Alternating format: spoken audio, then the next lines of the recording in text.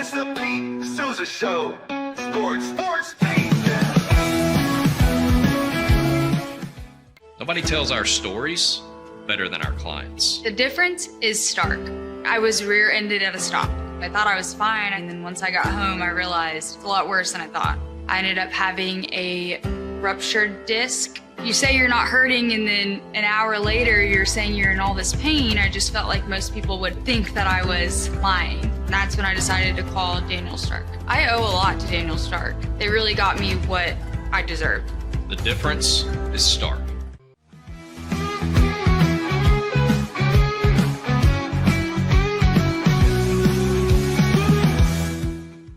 We definitely love our relationship and love Extraco. It's been an amazing experience. They made the PPP process easier. They were reaching out to me saying, what can I do to help you? That made a huge difference because my stress level, when we shut down, to afterwards was night and day. Our experience with Extraco has been phenomenal since the very beginning, so we love Extraco.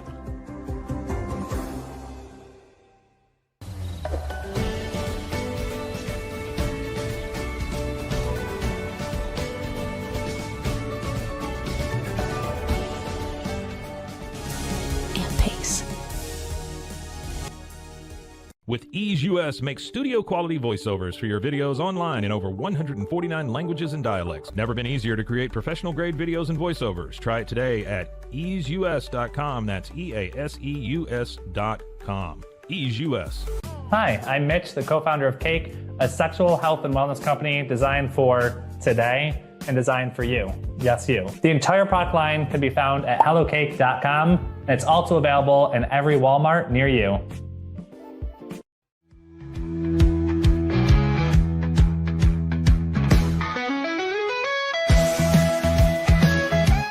Send money abroad in just a few steps with Remitly. Sign up with your email, enter an amount, choose how your loved ones receive the money, enter your recipient's information, select a payment method, hit send, and relax. Download the Remitly app today. Tervis is all about staying hydrated. Each product is built to last and comes in endless designs to match your personality. Stay refreshed and express yourself with Tervis. Visit tervis.com today and find your perfect tumbler. Looking for tickets to the hottest shows, games, and events? Ticket Liquidator is your one-stop shop for great prices, no hassles, and guaranteed tickets. Whether it's sports, theater, or concert, for the best seats at the biggest events, start with Ticket Liquidator today at ticketliquidator.com. Ticket Liquidator. The U-Like Air 3, launched in 2023, ushers in a new era of sapphire ice cooling technology, offering nearly painless hair reduction in just 3 weeks. That's ULIKE.com. U-Like.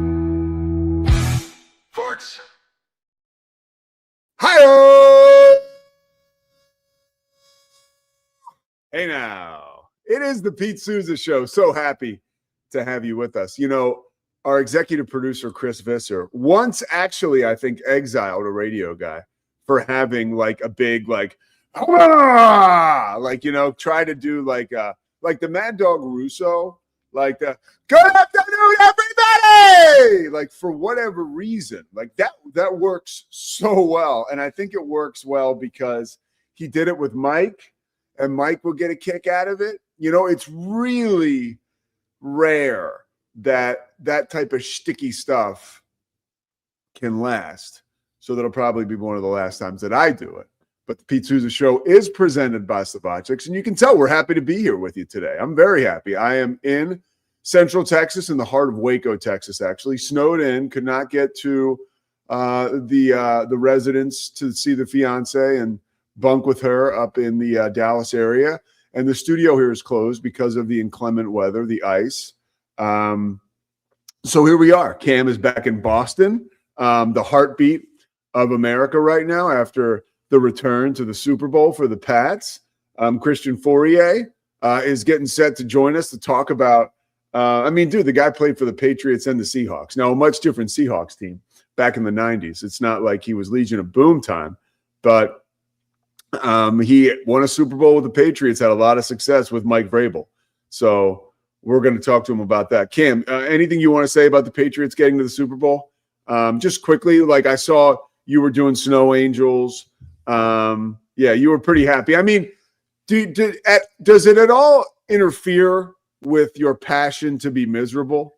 Like, because I felt like last year when you and I were both in the Rogue Studios together and the Patriots were in free fall, that's really your sweet spot as a fan.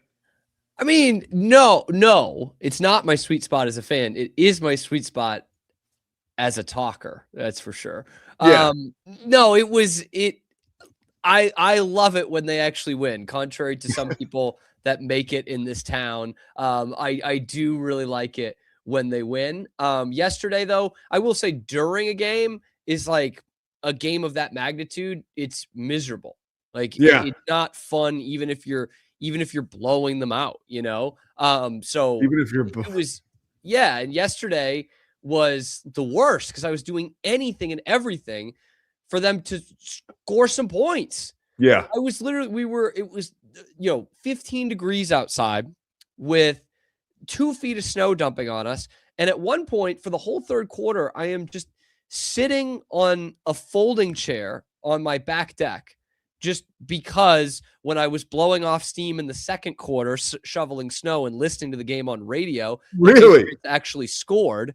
And so I was like, okay, I guess I just have to be outside for them to do well. And so the whole third quarter, I'm just sitting out there, gloves on, just hanging out, not doing anything, just listening, and kind of every once in a while pulling it out for YouTube TV. So we went to extreme measures yesterday to get to this, but I don't know what else needs to be said other than they're in the Super Bowl. Well, I got one thing, clam, baby. I want to bounce something off you. I got a list here that I was working on this morning. When you talk about Super Bowl quarterbacks, the youngest, Drake May will now be the youngest Super Bowl quarterback, youngest quarterback to start a game in the Super Bowl. That takes the spot of Dan Marino, right? And that I think it was 84 Super Bowl. I know it was at Stanford Stadium. So they lost to the 49ers. But when you look at close, we'll be pretty close geographically. Yeah, that's a good point. Yeah, Santa Clara, and we will be there. Cam makes me think they're going to lose and never go back. But let me tell you this: well, that can't happen because you've already been back and back and back. All right, youngest quarterbacks to start a Super Bowl, though. This is great news for Patriots fans. Drake May, Dan Marino. Drake is 23 years old. Dan Marino was 23 years old and 9 days. Ben Roethlisberger was 29 years old and 340 days. Russell Wilson, 24 years old. Tom Brady, 24 years old. That is an elite group of quarterbacks. If you're Drake May, you hear that list and you're like, wow, that feels pretty good.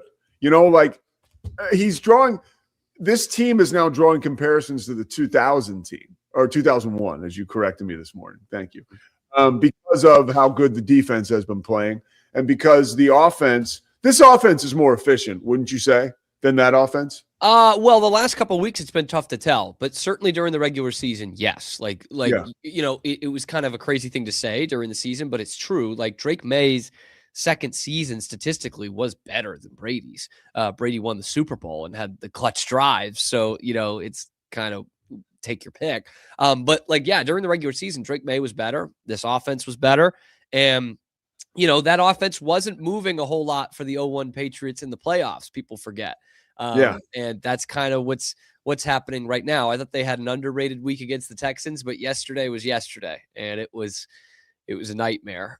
Even before the weather got really bad, the offense was not moving the ball very well. So there's Kevin Fisher. Boston guy. The Pats are back in the Super Bowl. Tara has never seen it. Tara has never seen the Tara, Pats that's in the Cam's Super dog. Bowl.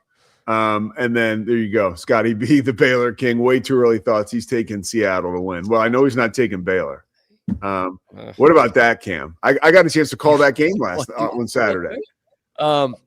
That was a game that Baylor could not lose, and they lost. And they gave up 97 in regulation. Now I know they gave up 97 because the last 4 minutes of game time took about an hour and a half. And that stunk. But sorry, man, if you're scoring, and I get a lot of it was free throws at the end, but if you score 90 points against Texas Christian at home, you got to be winning that game. We're in for a long one, Pete. This is. Here's one thing I'll say to my Baylor fans, which is like, which was sort of alarming to me, and I'm not giving away any secrets.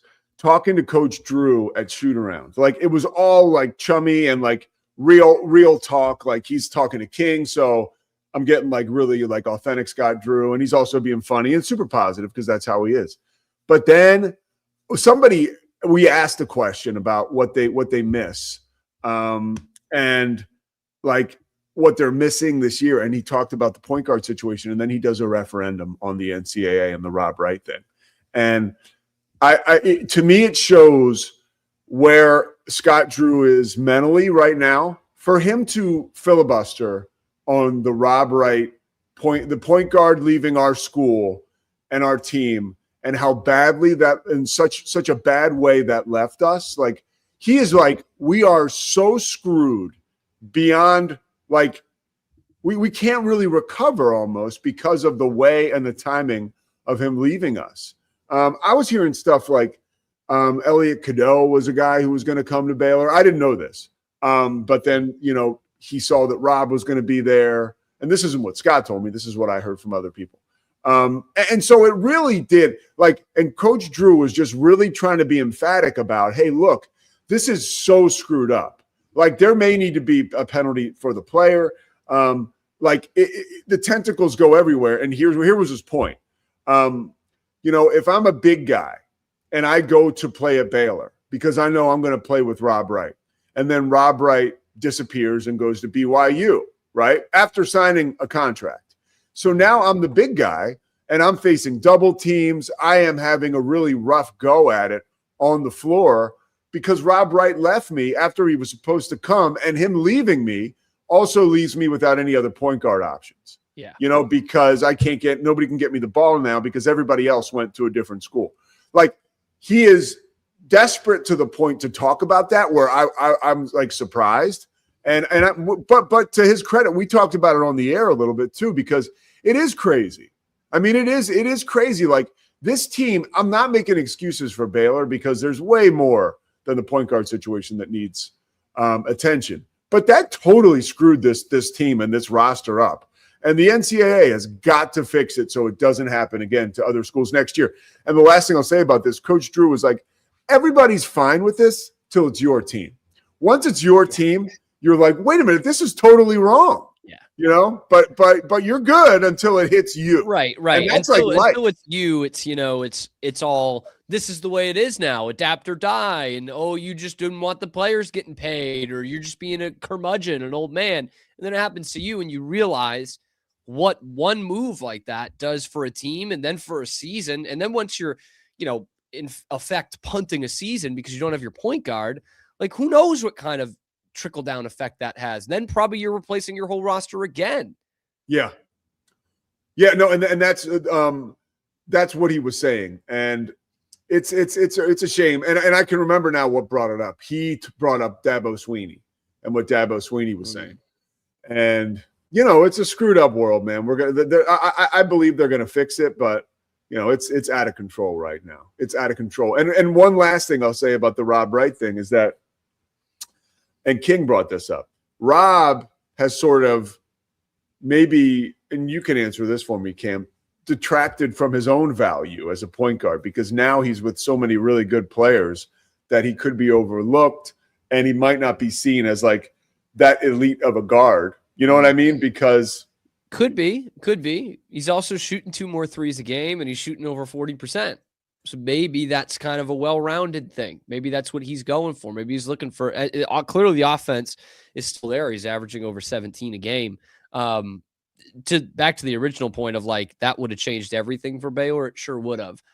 He's about the only player, like VJ was going to leave no matter what. He's about the only player that could have stayed and changed the total outcome of this team. But yeah, you got to go there for that NBA development.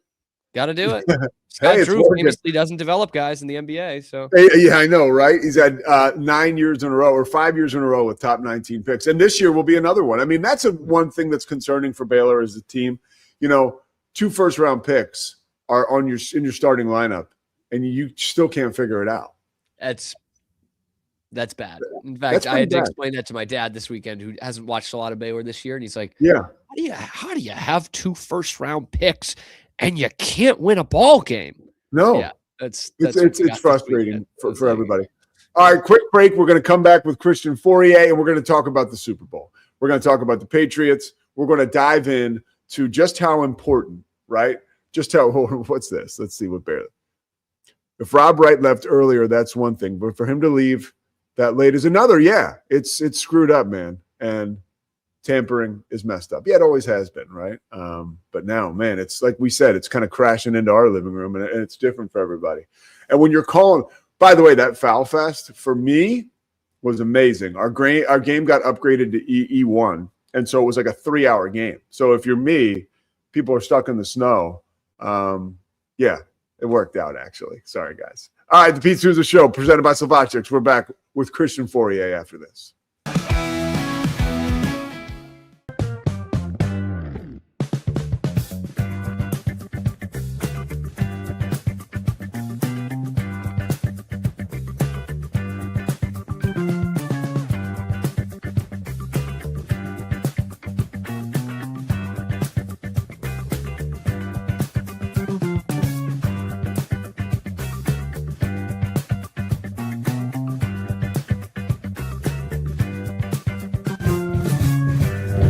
Bubble allows you to make it real and for it to actually work.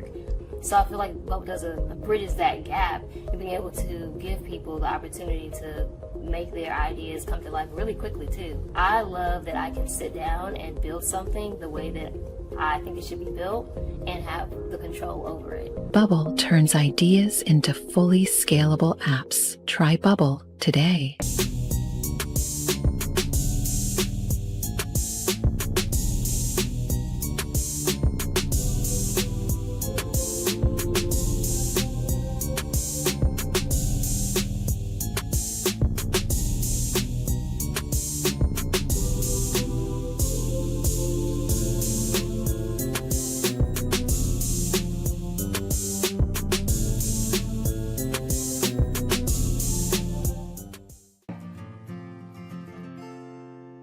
Hi, I'm Jo from Face Theory. You're going to want to have a specific goal for your skincare routine. What do you want to achieve? Active ingredients are really strong, and if you're using too many at once, your skin can get overwhelmed. Don't overspend on products. Choose products that have scientific research behind them. At Face Theory, if you're not happy with a product, just say so, just give us a shout and we'll give you your money back, no problem. I know you're gonna love this Kodak Dot Plus printer. You guys just connect it to your smartphone and then you're gonna use the Kodak Photo Print app. It's going to print you a 4x6 photo. I am just in awe. I love how these turned out. Also, the printer comes with a free cartridge of 10 photo sheets. I can assure you, you are going to love this printer as much as my family has. You guys have to check it out for yourself.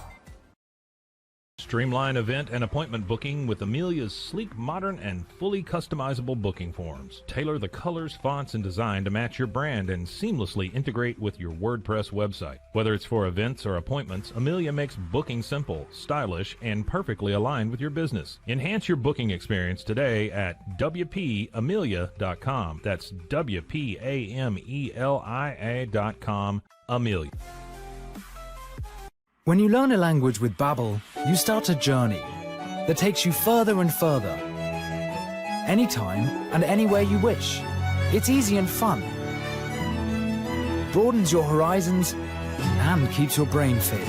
A journey into new thoughts, new cultures, new adventures. So what are you waiting for? Start your journey with Babbel now. Go to babbel.com or download the app.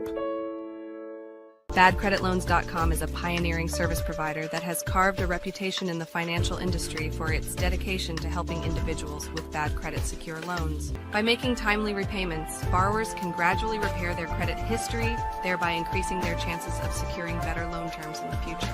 BadCreditLoans.com serves as a beacon of hope for those with bad credit. Simple, fast, and reliable loan application process. And its commitment to responsible borrowing makes it a trusted partner in the journey towards financial stability.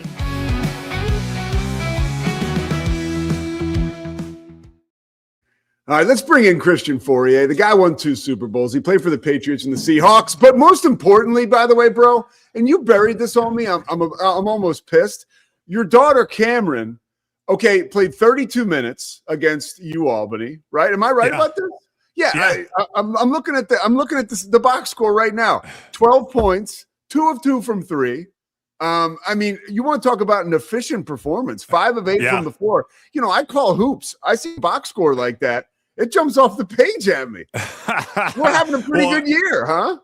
Well, listen, the team she plays for, they've been struggling, and she's really been, it hasn't been playing her best game. So for her to kind of come back and really nail it down, and I was real happy for her. Yeah. So, and I was happy about that box score. As a parent, you're sitting there, you're going, okay, just make the first shot. Please make the first shot. She nails the first shot. I'm like, good, I'm done. I put my feet up, and I know the confidence is already there.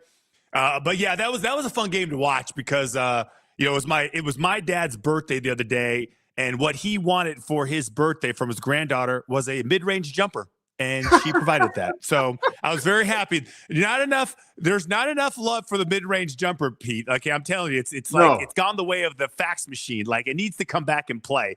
So I was happy. It has. Just to put an exclamation point on that, like, you look at shot charts now, they're all around the rim or threes, and it's all because everybody thinks they're going to play in the NBA because that's what the Chicago Bulls want their players' shot charts to look like. But if you've got somebody on your team who actually wants to win, if you have a wide open 15-footer, it behooves you to take it if you're a basketball player, Yeah, and nobody knows how to make them. They just don't practice them. They'll drive and kick, shoot threes, and it's like it becomes a volume game. But you know what? Screw basketball. The Patriots. How about this, Pete? How about this? This is America's worst freaking nightmare. Can you believe that the freaking Patriots are going to the Super Bowl again? Quicker, faster than any other team. I can because of Mike Vrabel. I mean, I bought in kind of like midway through the season, and it kind of occurred to me, rational thinking is, this guy is that good of a coach. And he showed us a body of work that told us that. But for whatever reason, I almost dismissed it, right? But now here he is. I think it's what he's doing is historic, right? But yeah, you're the expert. What are your thoughts about this? As far as a vibe for somebody who's connected to the organization and connected to Vrabel, what does this do for you internally? Does it bring about joy? I mean, it's just like, listen, it was one of those things where I don't know if joy is the word I would use because I've been so far removed from the team, but I want them to succeed because I do the pregame show, the postgame show, so I cover them all the time.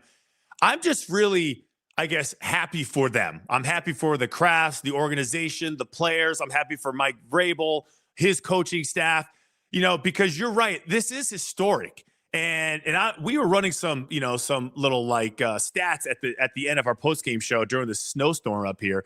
And whenever a stat line starts with the first time ever in NFL history, right? Something good's about to come up, right? And it was about how poorly they had played, how bad their record was in the last 2 years, only 8 wins in 2 years, and how they're now in the Super Bowl. To me, and I don't think this is an exaggeration. I don't think it is. I think this is easily, it's just, if you just look at football, maybe all sports, the greatest 1-year turnaround in the history of the NFL. Like, not only what the Jacksonville Jaguars did was pretty cool. Like, Liam Cohen did a great job. They were bounced in the first round. What the Chicago Bears did with Ben Johnson, That was pretty unbelievable. They still could have won that game, but they got bounced against the Rams. They couldn't close it out. The Patriots, on the other hand, were in similar situations to both those teams, had an unbelievably just wasteland of wins. They just couldn't get their act together. And then Kraft, fired Mayo, one of his favorite players of all time. And, to his words said he had to pay money for 25 coaches. He had to pay that note on all those coaches that he fired. I don't see how it isn't one of the best. I just don't. And it's just remarkable to me. And they've hit on a lot of things: drafts, free agents, old players, new players, coaching staff. They've hit on everything. What's the number one thing that they hit on that you think catapulted them into this game? Because I think you're right. They have engineered the greatest turnaround ever because you're playing in the Super Bowl. It's not one of those deals where your team was 1-16 and now you made the playoffs, and that's terrific. You're playing in the Super Bowl. But what's the number one thing you think? So if I take the coach out, should I include the coach? Because I honestly think the biggest adjustment, include the coach. Yeah, I think the biggest catalyst is the coach. Like every successful organization, and I do a whole thing on this, a final presentation with one of the classes I teach at Bryant University. I tell the kids, you got to pick a team that either has or that identifies as organizational success or dysfunction, right? And I don't let them take the Patriots. But the organizational success, it always starts at the top. It starts at the top. It's like the holy trinity of sports organization success: ownership, management, coaching. And they have it. And I would say Elliot Wolf, who's kind of in the background, who's basically the GM, isn't getting enough credit because he helped bring all those free agents in. He helped bring in Milton Williams. He helped bring in Spillane. Like he helped, Carlton Davis the second. Like he brought all those guys in. He was the one who drafted Drake May when Gerard Mayo was the coach. But I still think ultimately you got to have players. They got them. I think underrated players. And then the coach has to somehow convince the players that he's worth listening to. I can't drive that home enough. I've been in so many meetings. Hell, I was sitting down with Joe Gibbs when I was a free agent. I was like, I'm playing for the Washington Redskins, the then Washington Redskins. And I was like, wow, what a treat. I go from Bill Belichick, I go from Mike Holmgren to Bill Belichick, and now I'm sitting in the front row with Joe Gibbs. I will tell you this, and people who love the Commanders are going to hate me for this. Gibbs was the worst. I didn't know what the hell he was talking about. He was all over the place. Nothing made sense. He was changing his mind left and right. There was no consistency. No, there wasn't a player on the team that was held to be that had to be accountable for the way they acted, the way they behaved. It was insane. So when I see this, I look at it starting with the coach, and then of course you got to have good players, but you got to convince the players, to listen to you. And I think the other thing and I'll shut up after this, Pete. No, this is great. Vrabel is such a good game manager. He is, that to me is ultimately the difference. Because I could say Mike McDonald is a great motivator, right? He motivates by empowering and encouraging. Like he's got a unique trait with Dan Campbell, all these guys, Liam Cohen, Ben Johnson. I don't think any of them are as skilled at Mike Vrabel when it comes to situational football decisions. And I got a bunch of examples, but but he is on point on what has to happen, how it has to happen, how fast or how slow.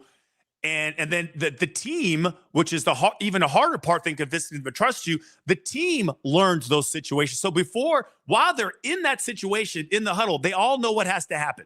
So they're all on the same page, right? I'd look at the Seattle Seahawks game, Tariq Woolen, the cornerback who had the taunting penalty at the end of the game. What a dope. Unbelievable. I was thinking, Christian, I was like, how does that happen? But then I've never been in that position. So you can answer that question. How the hell does that happen? And what's the accountability like for that dude? Well, listen, it's real simple, Pete. It's you're selfish. You rather grandstand on your own for your own personal gain and then have no idea how it affects the entire team. That was a huge play that he made. And it was a 3rd and 12. They stay on the field. And as fate would have it, the very next play, they go deep. Puka Nacua gets a touchdown. He deserved it. That's what I would say. He'll never do it again. He'll never do it again. And thank God, that's a lesson learned. And I guarantee you, this is what Mike will do. guarantee we won't hear about it until after they win the Super Bowl or if they win the Super Bowl. The players will sit there and say, you know what? Vrabel every Friday, every Thursday puts up examples of other players around the league or in college, right, that do stupid things that affect the team. He will absolutely drive that into your head. And then if you do it, it's not really him that shames you and yells at you. It's the locker room that says, what the hell are you doing? So I think that is, in a big nutshell, to kind of tie it in a bow, Pete, I think that's ultimately the biggest difference this year as opposed to last year and other teams, quite frankly. Did you see anything in Vrabel when you were playing with him that told you that he would be this elite of a leader and a coach? I mean, to be able to pull off something that you and I are agreeing on, it's probably the best turnaround in the history of pro football. Other than his snarkiness and his passive-aggressive mood sometimes, other than that. Yeah, absolutely. And it's funny, everybody there's a couple guys that were on the teams that I were on that you just knew, like Larry Izzo was a special teams guy. We all knew that he was going to be a coach, and he's a special teams coach now in the league. And we knew Pete, we knew that Mike was one of those guys because I think first of all, I think you have to kind of accept the lifestyle of a coach. And I think people don't understand, like Mike McDonald just talked about, going home early so he could see his kid for 30 minutes before he went to bed. That's the lifestyle. I wanted nothing to do with that. I would love to mentor young men and teach them, but I would like to have a family and see my family, watch my kids grow up and go to their games. Coaching in the NFL and in college, it doesn't provide that ability. So that, one, you have to have that. Two, you just have to understand, how organizations are built, how to motivate players. You have to understand offense and defense. You have to understand every position. You have to understand special teams. I mean, he was on punt team almost his whole career with the Patriots, and during scout team, he was playing safety. He was playing linebacker. It was so annoying, and when he was doing it, because when he would screw up a play, like he would just giggle, and we would just be like, well, it's our fault for letting him get away with it, so it kept everybody on their toes. And, and I'm just really, to be honest with you, I'm just really happy for him. It's just such an unbelievable accomplishment. What have you seen about Drake May, that has enabled him to kind of break through to this other side now, where he's the youngest guy to ever start a Super Bowl? We were talking about it before we got to you. Patrick Mahomes, Tom Brady, Dan Marino, Russell Wilson, Ben Roethlisberger. Those are the other guys in that category as the youngest quarterbacks to start a Super Bowl. That would lead me to believe that this guy's in it for the long run, right? He's going to be in our lives for a very long time as a very special quarterback. What about him to you has put him in this rare air? Well, I'll say I'll take out the obvious, which is his arm strength, his accuracy on the deep ball, his ability to run. I would even take out his knowledge of the game, which I think has been fast-tracked. I think he's got a real high football IQ. My nickname for him is No Emo. No emotion. No emo. He's just steady. And I will say, in the world of so much emo, we finally got somebody who's no emo. No emo. Brady, just the opposite. Fiery, loud, abrasive, like in your face, right? Competitive. But so is Drake. And I will say the thing that makes him, it's the intangibles to me, honestly, which I think takes a good player to like a great player to a Hall of Famer. And I think the thing in every single playoff game so far, he hasn't played great in the postseason for one reason or another, whether it be the Chargers defense, the Houston Texans defense, or the elements in the situation, last night against the Denver Broncos. But when they need a play, he makes the play. Like he just makes it. It's uncanny. It doesn't matter.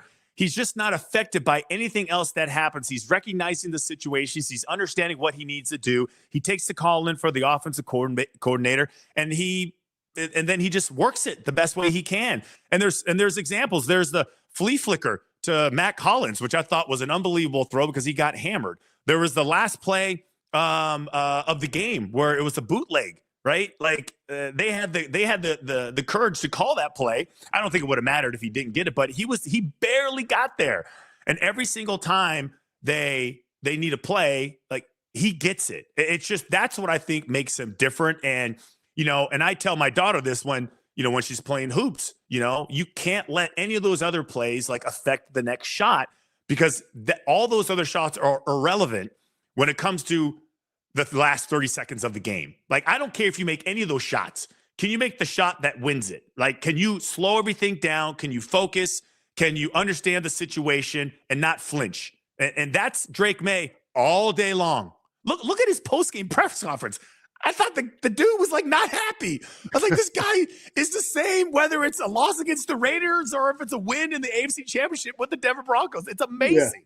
Yeah. What about his, like, and I love when you mention that, because you talk about guys that make winning plays, kind of cliche, but even the subtle stiff arm that enabled him to get that first down against a much bigger player who had the angle and the speed on him, and he still got the first down. Like, in a game of inches, he finds a way to get those extra inches, which leads me to a question that sucks, but I have to ask it.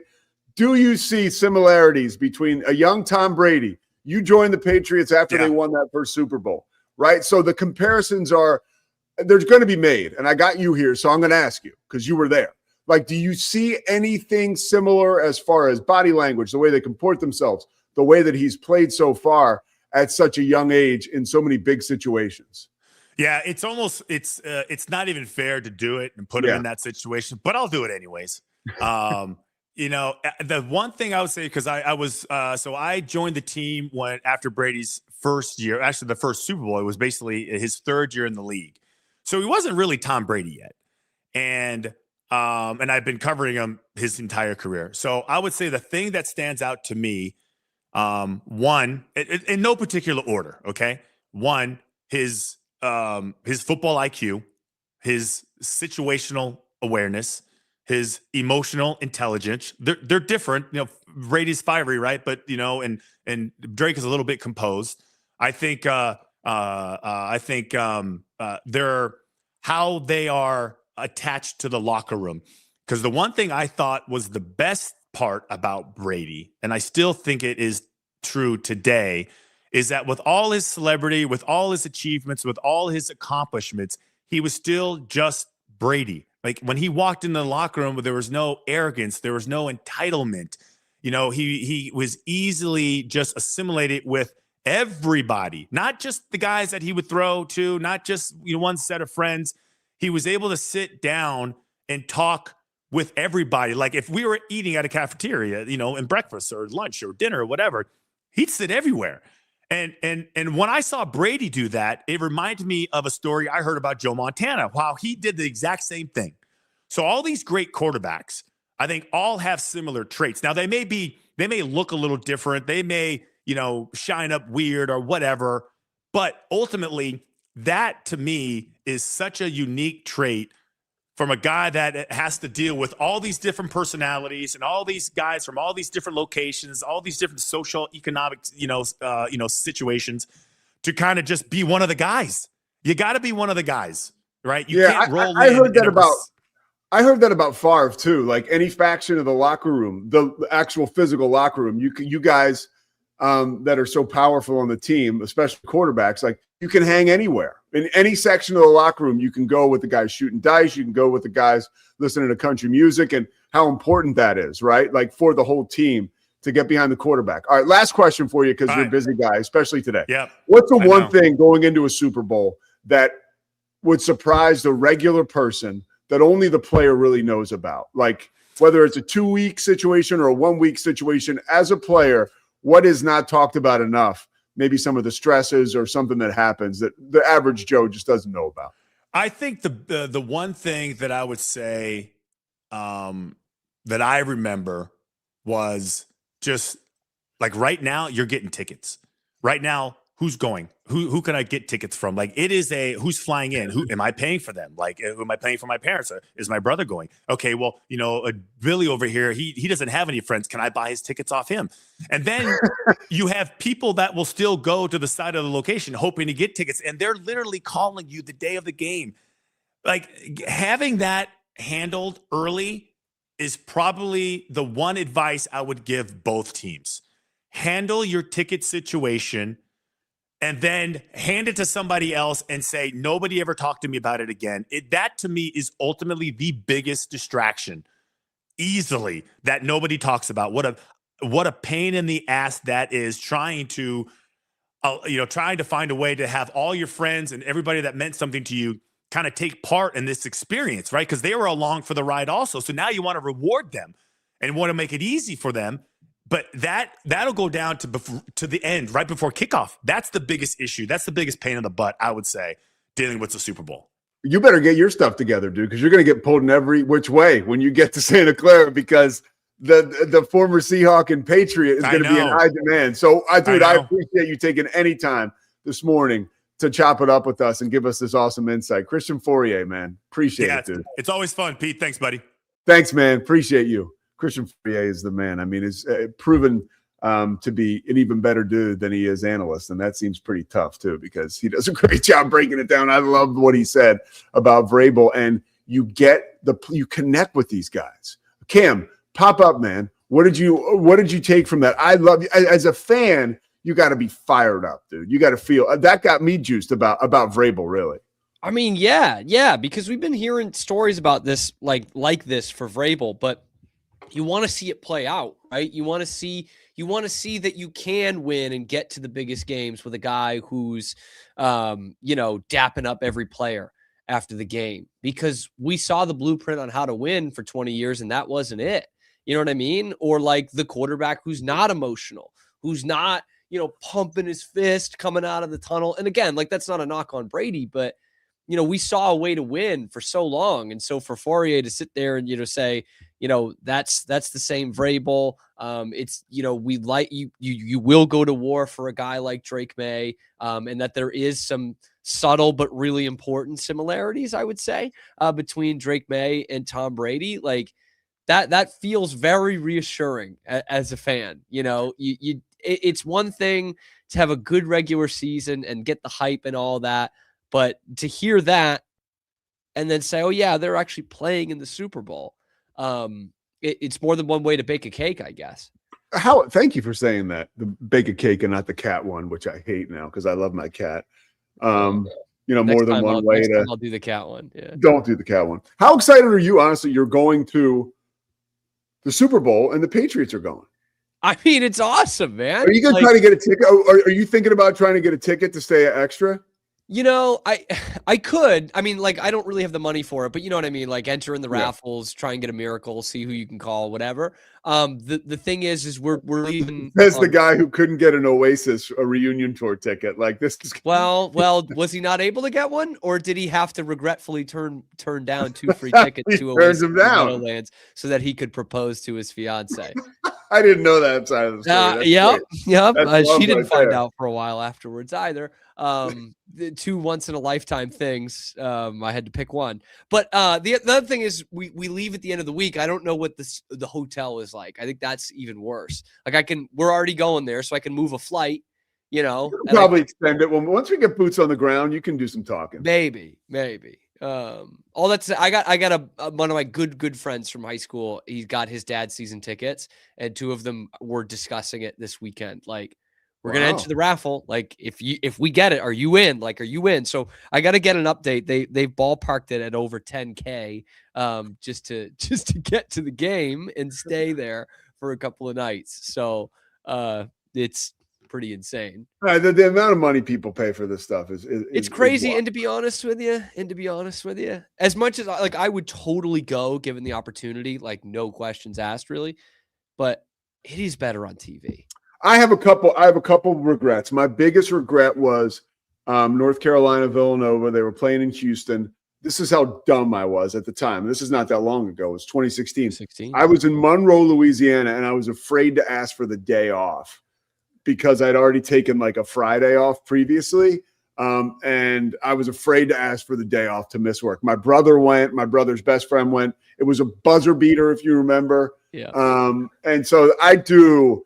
Like, if something magical happens in the building or at the stadium, I think there's that sliver of regret, which that percentage chance is so small that I think that that you're going to get a buzzer beater in the national championship game. Yeah. Like, even if you were a Bears fan that was at the Caleb Williams moment, you guys still didn't close the deal. Yeah. So it still was like, it was awesome you were there, but I don't know. I do always say, if you get the opportunity, go to the game. You're going to be there, dude. You're going to be there anyway. So we'll have to discuss. It's like, and obviously there's a limit on anyone, but I always like, people, for example, I don't make a lot of money. Didn't make a lot of money when I was in Texas either.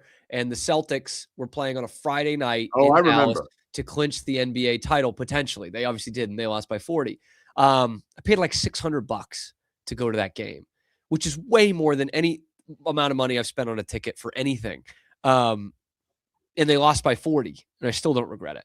Like, really? You were there. You were there. Like, great point. And you can sit back and say, and of course that night I was like, oh, like, of course, this is the night they lose by 40. I wasted all this money. Think of what I could have done with this money. And, it's going to be tight on the rent next month. But do you actually care? Like, no, in my life, I've also, the payoff would have been great. A good sport coat is something I haven't regretted buying. Like a nice, like spending some money on a sport coat. I have not regretted. Like the last 3 or 4. You can do a good top 5 list on this. When I'm in like the store and I'm like, this is way more than I can afford. I can't get this. Every time I get it, I'm happy I did with the sport coat. Now I talk to you about, there was a time when, an 8-ball for $180, that seemed like a total bargain. There's regret there. I can promise you. As somebody who hasn't done anything like that in a very long time.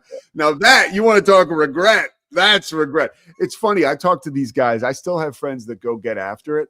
I mean, they still have those mornings, dude, where they're like, oh my God.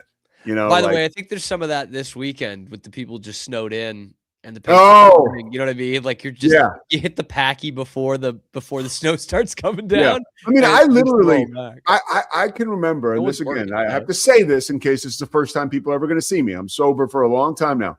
I remember when the snow would hit, like my second or third piece of communication, probably my first, I'm probably lying, was to the drug dealer, like, hey, like business as usual, ? And then you find out, okay, we're going to be like, do I need to get ahead of this? Or what a nightmare. What a nightmare. Now I'm talking to Cam and Christian Fauria. All right, we're going to take a break. We're going to come back, a little more Super Bowl, and maybe a sad story. What did you say? To talk about great turnarounds. We've already talked about a great comeback today. Yeah. The second one. Scotty B, the Baylor King, is texting us. We got a lot going on. A lot of people in the chat. All right, we're going to step aside. We're going to come back with more of the Pete Sousa Show.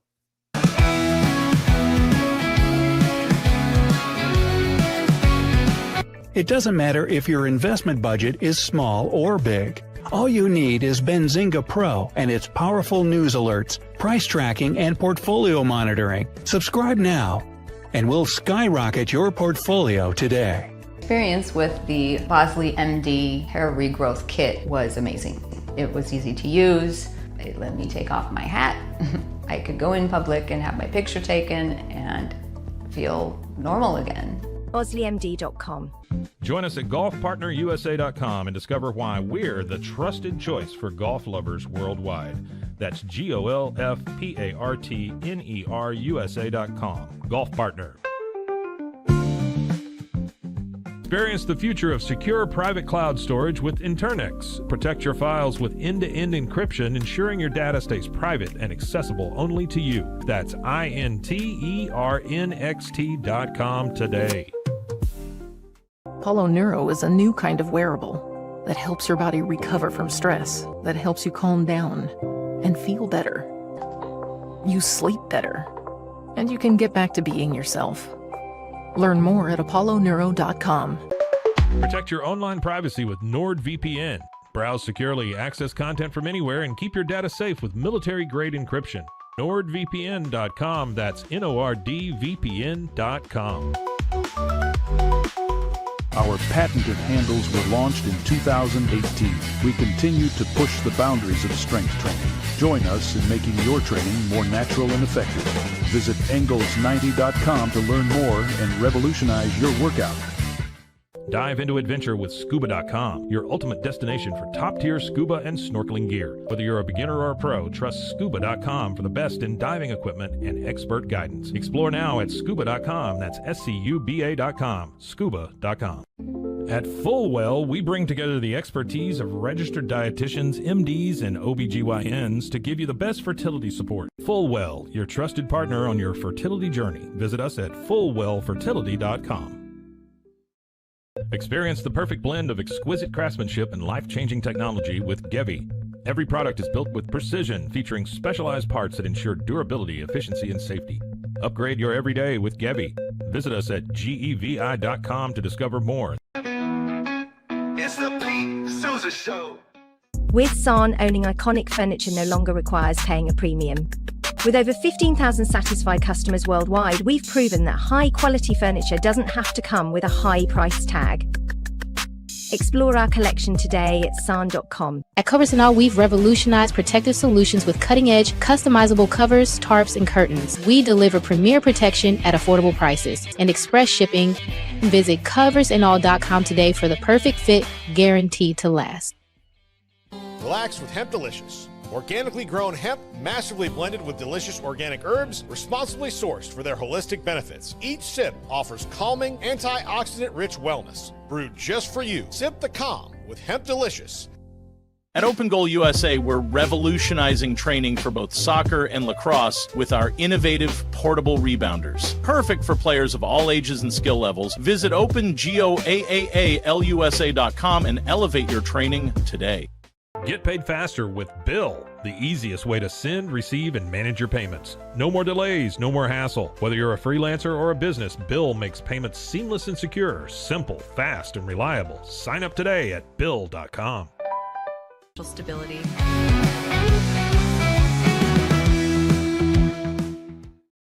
All right, the Pete Sousa Show continues. I think I got like I moved my camera down. I look a little better. It's a shame I didn't. Cam tried to help me. We are on.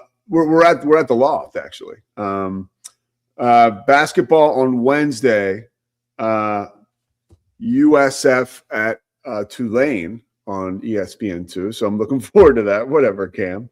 And then I got a game at UNT on Saturday, and then we're going to the Super Bowl. We'll be updating you on our schedule, but the great Chris Visser, who is basically like the media's heartbeat at the Super Bowl. I think this is Visser's 40th Super Bowl, 39th maybe, 39th.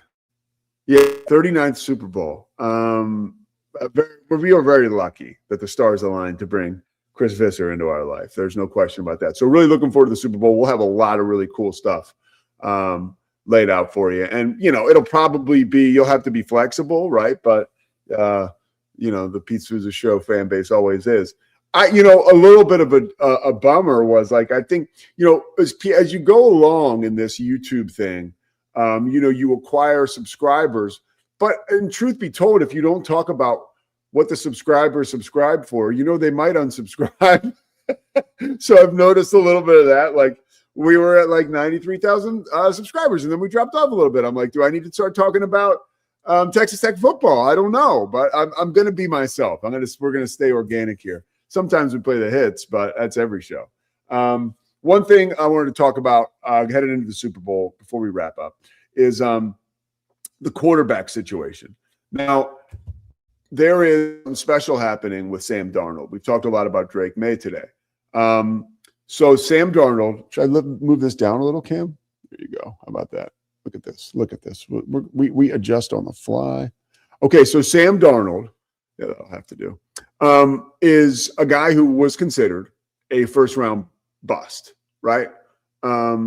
Third pick in the draft for the Jets. Obviously, we all remember. I'm seeing ghosts out there. He won his first game. I remember that. It was a Monday night game against Detroit. His first pass was intercepted for a touchdown. I remember that too. Matt Patricia was like so fired up. It was like the Matt Patricia era was underway with the pick six for a touchdown, and that didn't last very long. But, Darnold goes down in flames in New York, and for reasons, very, very much beyond his control. We see the success in Minnesota. They don't keep him. And now here he is in Seattle. There is really only one other quarterback who has been able to pull this off, and he won 2 Super Bowls. And that quarterback was Jim Plunkett. Plunkett was taken first in the draft by the Raiders, and by the Patriots. Excuse me. Out of Stanford. He won the Heisman Trophy fell flat as a Patriot. Cam, anything that anyone in your life close to Boston has ever mentioned about the Jim Plunkett era in New England? Can you summarize it for us? Yeah, most people don't want to talk about it too much. But my dad, so they drafted him and it would have been 71, I believe, and maybe 72. But it was the first year, 71 was the first year they were in Foxborough, which is when my dad and his dad got season tickets. And so I've heard all these old stories about old Sullivan Schaefer Foxborough Stadium. And like just the way he talked, you kind of got the gist of things as a kid by the way my dad talked about people, like Bill Russell. Like it was the most revered, you know what I mean? Like Bill Russell and Bobby Orr, the way he talked about these guys were like, man, these guys were like kings, you know? Yeah. And Jim Plunkett, it was always like, man, just feel for the guy. Just feel for, like, he was this tragic story. You know, he went to the kind of like started your career with the Jets as a quarterback. Yes. Like he just said, oh, Plunkett, man, good player, just got pummeled, beaten to a pulp for whatever, 5 or 6 years with the Patriots. Like, that's just how he was remembered. You know, just a guy who had no help around him. And right after he left, the Patriots did get better, but not really in the Ewing theory kind of way. So yeah, it was always kind of like talked about in a real sad way of like, Jim Plunkett was a good quarterback and he could have been a really good quarterback for us. We just couldn't figure it out. It's actually freakily like this, eerily like this, the Sam Darnold thing. Yeah. And so then you got Darnold, right? And then so Sam Darnold, and then maybe Drew Brees is another one. But he was the 31st pick in the draft or 32nd, and he had not. It's not like he played so bad, but he was kind of forgotten. You know, like injury concern. The Dolphins don't sign him, right? Or that was the number he was supposed to go play for Saban, or and something happened there, so then he gets exiled, and San Diego, and then ends up home run with the Saints. But there's really only those two quarterbacks now, Sam Darnold and Jim Plunkett, who have been those guys. Like Ryan Leaf never started as a quarterback in a Super Bowl. Another guy who was a huge bust, but eventually ended up playing in an AFC Championship, I think, but not ever a Super Bowl, was Tony Mandrich. He was a guy that was left for dead, and he was a guard eventually on the Colts team with Jim Harbaugh that lost the AFC Championship to Pittsburgh. But I don't know that after that it's tough to find another guy. Actually, I think they lost. And quarterback is much different too. When it comes to evaluating this. Yes. Like I'm sure there's some guys who Keyshawn Johnson played in one, I think, with Tampa. Not that he was seen as a bust necessarily, but number one pick in the draft. He was. Keyshawn was star-crossed for sure because of that start with the Jets.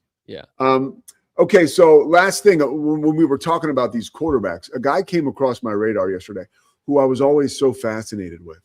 When I was a kid, I used to watch the NFL films, Super Bowl highlights, and I remember this one Super Bowl highlight. At this point, it's probably like 1990, and I'm consuming these NFL films, Super Bowl highlights, they just nurtured my soul, right? They just fed me like this wholesome thing, and I just loved it. How about Randall Cunningham? That's true. Yes, with the Vikings, I can't believe they didn't make it, Scotty B. The Gary Anderson, his only miss all season, sent the Falcons to the Super Bowl, and not the Gary Anderson missed the field goal for the Vikings, and then Morton Anderson made the field goal for the Falcons, and the Falcons went to the Super Bowl, beating Randall Cunningham and his Vikings team. That's a great call, Scotty B. So in that Super Bowl highlight session that I would always just eat up, there was a guy by the name, and at the time, he was the youngest guy ever to start a Super Bowl. And it was David Woodley, youngest quarterback ever. He was 24 years old. He went to LSU, was a guy who was mired in a quarterback platoon at LSU with a dude named Steve, and I think Ensminger. So he was at LSU. I got to call this story up because it really was. I was reading it last night. I did not know this. I had always seen he was the guy that started the quarterback for the Dolphins the year before Dan Marino showed up. They lost to the Redskins in Pasadena in a pretty close game. Woodley had a good first half. I think they were up like 17-10, And eventually they didn't score at all in the second half. Woodley didn't complete a pass in the second half. And the next year they draft Marino. Woodley bounces around the league, ends up in Pittsburgh, literally called his wife on the phone. He was platooning with Mark Malone in Pittsburgh. This is after Terry Bradshaw retired. And he called his wife on the phone one time. He's like, I'm going to quit. He was 27. She's like, don't quit. He throws 3 touchdowns that day for the Steelers. But eventually, after that season, he retires. And the guy retires, and he doesn't know what to do with his life. And he was always a loner. You know, Don Strock, who was platooned with David Woodley before Woodley became the starter in the 82 strike-shortened season, which he took the Dolphins to the Super Bowl. It was Don Strock and David Woodley, and they called it Woodstock in Miami, which was really cool. But Strock said, you know, we would go out to dinner, and Strock was kind of like the band leader, as this article on ESPN from 2008, by the way, said. And Strock was like, yeah, Woodley was just, he was a loner, you know, and Jimmy Cephalo, who was a wide receiver for the Dolphins, said like he tried to do everything in his power, not only to hang with Woodley when he was with the Dolphins, but to hang with him when they both separated. And he said he must have called David Woodley 100 times, never got one phone call back. He said he thinks he got one at work. And it was like a guy who was like, hey, you told me to call you, I'm calling you, and hung up. And Cephalo said he never heard from him again. David Woodley died at 44 years old from liver failure and kidney failure. He drove himself to the hospital. It's a Super Bowl starting quarterback. His ex-wife, and I looked this up, and it's a shame, it's my bad, we don't have any pictures. The guy looked like Christopher freaking Reeve, and his wife said that, and he did. I mean, the guy had everything going for him, and he just like drank himself to death. When he was in the NFL, he was never comfortable with the spotlight. He constantly talked to his wife about who was going to take his job. He would just like fall asleep in his playbook, but alcoholism caught up to him and, you know, ended his life and obviously shortened his career. But like, it is always amazing. In the NFL, and I talked to King McClure about this. We had dinner after that game we had at Baylor on Saturday night, and we were talking about the NFL. We talked about the guy Kevin Warren, who died last week, who was a former Philadelphia Eagle. He died at a homeless encampment. And, you know, he had no money. People hadn't heard from him. They talked about mental health. And this is, I'm not trying to do a hatch job on the NFL. What I'm saying is like these guys who we celebrate, who start Super Bowls. Like at the time when David Woodley started the Super Bowl, I think there were like 34 guys or 30 guys to have started a Super Bowl at that point in time, maybe less. And it was like a really important, like societal thing almost, like to be because the Super Bowl, you know, as much as we've seen the NFL transform into the one thing in society that is unshakable, it's the one tent that everyone comes under, is that NFL tent. The Super Bowl has always been huge. Even back to, it was Super Bowl 17, the one where Woodley started and lost to the Redskins. So it's just like stories like that for some reason really grab me, because like I think that's why like the fallen wrestler story grabbed me too. These guys who were in arenas or stadiums. There he is, Cam. Well done, dude. That's David Woodley. And look at that. Look at that. Those are like rock star good looks. I think that's either a post game for the Dolphins or a media day pick from the Dolphins, like Super Bowl media day.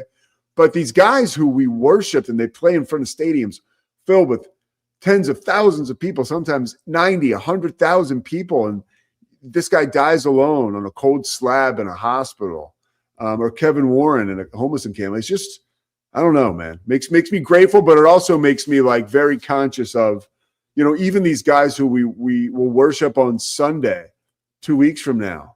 You know, some of them will have ill-fated ends. And I don't want to be overly negative, but it's just wild. Football is a wild, wild sport. And it's not much different than life. I mean, every class in life you have this, but the overall celebration we have for these athletes is just, you know, again, I'm talking about there's only a few quarterbacks that come back from the dead in their career, right, to experience what they're experiencing now in the Super Bowl. This year it's Sam Darnold. You know, years ago it was Jim Plunkett. So cool stuff. We're back tomorrow. We got some great guests. Tomorrow we're going to kind of focus on the Seahawks because we want hardcore Patriots today. I'm going to test the roads in a little bit. I got some stuff to wrap up here. Cameron, anything else from you? What'd you think about, the David Woodley thing was I basically beat Jeff Pearlman to his Press Box Chronicles. Yeah, that's coming up, I'm sure, in the next week or two on Press Box Chronicles. I was literally, when you were saying it, I was like, I wonder if I'll get to Vince Ferragamo next. Oh, no, Ferragamo. Yeah. That's another one. That's a great one. Ferragamo was a guy, and his career was never the same. He went to Canada, played kind of bad, poorly. He came back to the NFL. He had like a decent comeback for like a couple games or maybe a year, and then went right down again. And like, I'll just say this about Darnold. I personally will be rooting against him in his next game, but I do think that the Sam Darnold story is really good for the league. Like, it's good for the sport in general, actually, because I'm sure you have these feelings too of like, we are so impatient in the NFL now with coaches and with quarterbacks specifically. And you see it in college football. You obviously cover a lot of college. With college basketball, everybody's shitting bricks. Pardon my language. But Tunde Yesufu, like, I'm like, what's wrong with Tunde Yesufu? It's like, let's start with he's 18. Yeah. You know what I mean? Like, and he's played college basketball for 2.5 months. Yeah. And we have a development problem, at the NFL level, at the college football level with quarterbacks. And there is some of that. There's a development problem. There's also a patience problem of, think of what would have happened now if someone had the first year that Peyton Manning had. It's like 30 picks or whatever it was. You know what I mean? Like, they'd be 36. I don't know, something crazy. It wasn't 36. Set a record. He set a record. Yeah. And it was like, that's insane to think about now. If Bryce Young did that, like, he would have been shipped off to Germany, like, or something, and I think we're just way overstepping. Bryce Young has a good year this year. Baker Mayfield's been a great reclamation project the last couple of seasons. And now Sam Darnold is deservedly in the Super Bowl, man. And people will talk about, the Patriots being lucky and, now they get to face Sam Darnold. Like, that dude just played the game of his life, man. Yeah. Like, he's won 14 games in the regular season each of the last 2 years. Like, this is good for football and good for these other teams that aren't the Jets, that draft a quarterback, let's say that has a down season. It's like, okay, well, he could be Sam Darnold. He could be Baker Mayfield. Could be Bryce Young. It's really nice to see you happy. Like, I can tell this Patriots thing really has, right? This is great. It's great on two levels, Pete, because first and foremost, I am a fan. And so, like, if all my bets lose and the Patriots win, I'm still happy as a clam, right?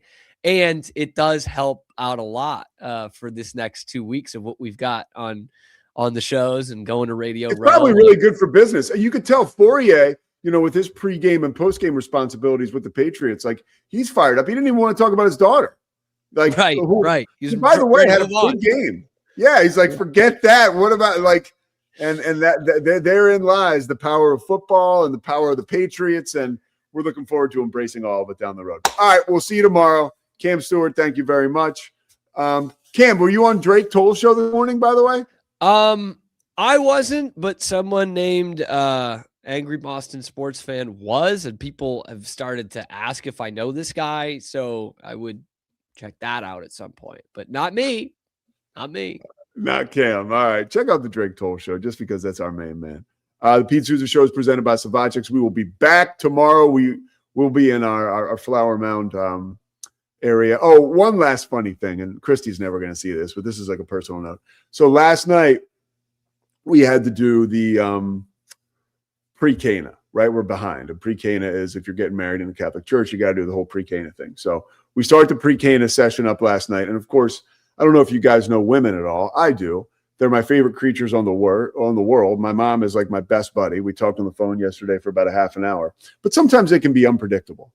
And we were talking on the phone, and she's like, I really got something. And we were FaceTiming, we need to talk about. And Christy's like, I'm just not sure. I was raised Catholic, but I'll feel hypocritical. I'm like, whatever you want to do. Like, she's not saying she doesn't want to get married in the church at all, but she's saying there's a different set of circumstances that we would get married in. I'm like, Chris, whatever, I got your back, right? And that was like the serious part of the conversation. But before that, we had to watch this pre-Cana together. And I hope that Father Don Riley or nobody from the church is watching this.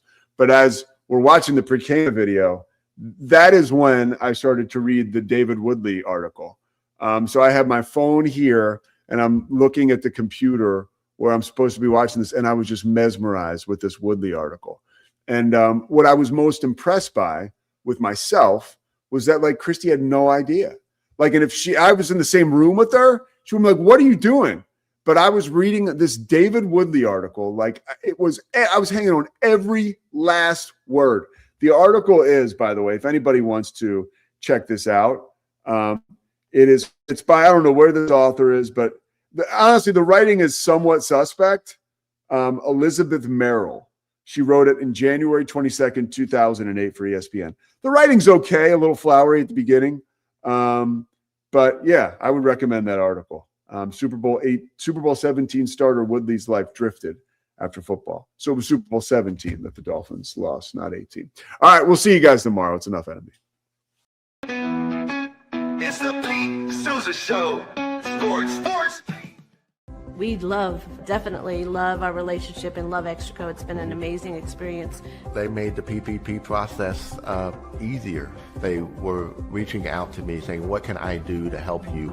That made a huge difference because my stress level, when we shut down, to afterwards was night and day. Our experience with Extraco has been phenomenal since the very beginning, so we love Extraco. Show. Sports.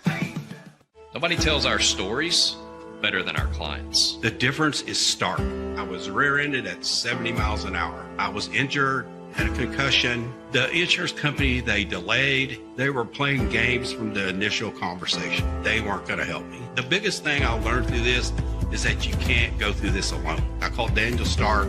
They were going to help me and everything was going to be all right. Daniel Stark got me 10 times the insurance company offered. The difference is stark. Show. Sports. Our professionals are not only experts in managing urgent concerns, but also in providing top-notch preventative health care. We're proud to connect pet owners to a vast network of licensed veterinary professionals, ready to address any immediate concerns. Book your first appointment today. Nalgene Outdoor has been your trusted companion, fueling adventures and helping protect the planet. We're committed to reducing waste, improving access to clean water, and providing simple, safe, and sustainable products for you and your family. NALGENE.com.